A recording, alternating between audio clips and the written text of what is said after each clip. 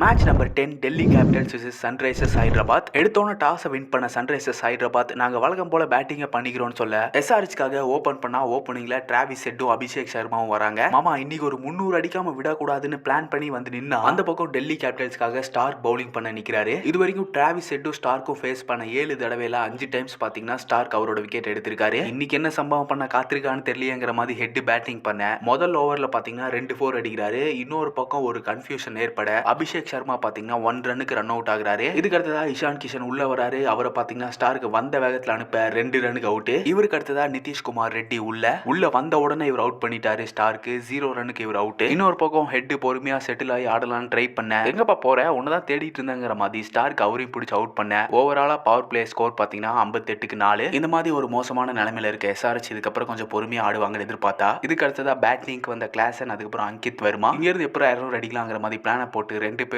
பவுலர்ஸை போட்டு பொழந்து எடுக்க ஆரம்பிக்கிறாங்க. ஒரு பக்கம் கிளாசன் பாத்தீங்கன்னா 30 ரன் அடிக்கிறாரு. இன்னொரு பக்கம் அங்கித் வெர்மா 40 பால்ல 70 ரன்ஸ் பாத்தீங்கன்னா ஸ்கோர் பண்ணியிருந்தாரு. போட்டு பொழந்து எடுத்துட்டாரு பவுலர்ஸ். ஒரு கட்டத்துல இவங்க 2 பேருமே அவுட் ஆக அதுக்கு அடுத்து வந்த எஸ்ஆர்ஹெச் பேட்டர் சீட்டு கட்டு மாதிரி டக்குன்னு சரியா ஓவராலா 163 ரன்ஸுக்கு ஆல் அவுட் ஆயிருந்தாங்க 18.4 ஓவர்ஸ்ல. அங்கித் வெர்மாவோட 70 ரன்ஸ் தான் எஸ்ஆர்ஹெச்சுக்கு ஒரு நல்ல டோட்டல் வரதுக்கு முக்கியமான காரணமா இருந்தது. டெல்லியோட பவுலிங்கை பொறுத்த வரைக்கும் குல்தீப் யாதவ் 3 விக்கெட்ஸ் எடுத்திருந்தாரு. இன்னொரு பக்கம் ஸ்டார்க் பாத்தீங்கன்னா இன்னைக்கு மேட்ச்ல 35 ரன் கொடுத்து 5 விக்கெட் எடுத்திருந்தாரு. இதுக்கு அடுத்ததா செகண்ட் இன்னிங்ஸ்ல 164ங்கிற டார்கெட்டை சேஸ் பண்றதுக்காக டெல்லி கேபிட்டல்ஸோட ஓபனர்ஸ் களத்தில் இறங்குறாங்க.